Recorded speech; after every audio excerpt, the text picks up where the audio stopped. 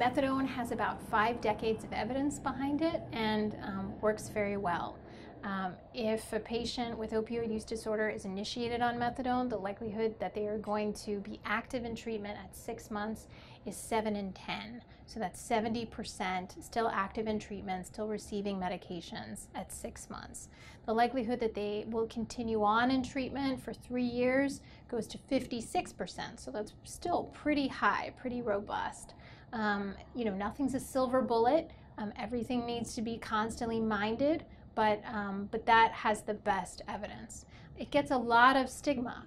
People think that methadone is diverted, people overdose from methadone, and the reality is that most of the time, an overwhelming majority of the time, the diverted methadone comes from pain clinics and the overdosed methadone comes from pain clinics. And we know the difference because methadone coming from pain clinics are pills versus methadone maintenance, which is liquid. So that's kind of methadone in a nutshell. Suboxone works very well.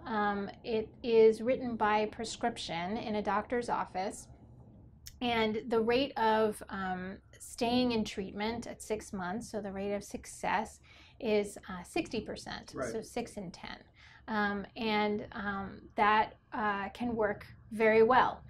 It doesn't have the same ability to keep people out of prison as methadone does, but certainly both methadone and Suboxone can keep people from using heroin, can keep people alive, and most importantly too, it can keep down the rates of HIV and hepatitis C infections in the community, and also keep people out of the emergency rooms and out of inpatient hospitalizations, because they're more able to manage their medical problems once they have their substance use problems under control. The last medication is vitriol, which is extended release naltrexone, and opioid blocker. I believe that a lot of politicians, law enforcement love this drug because it's a little more congruent with their idea of what sobriety means to them. Unfortunately, we don't have a lot of data on vitriol and whether it works or not.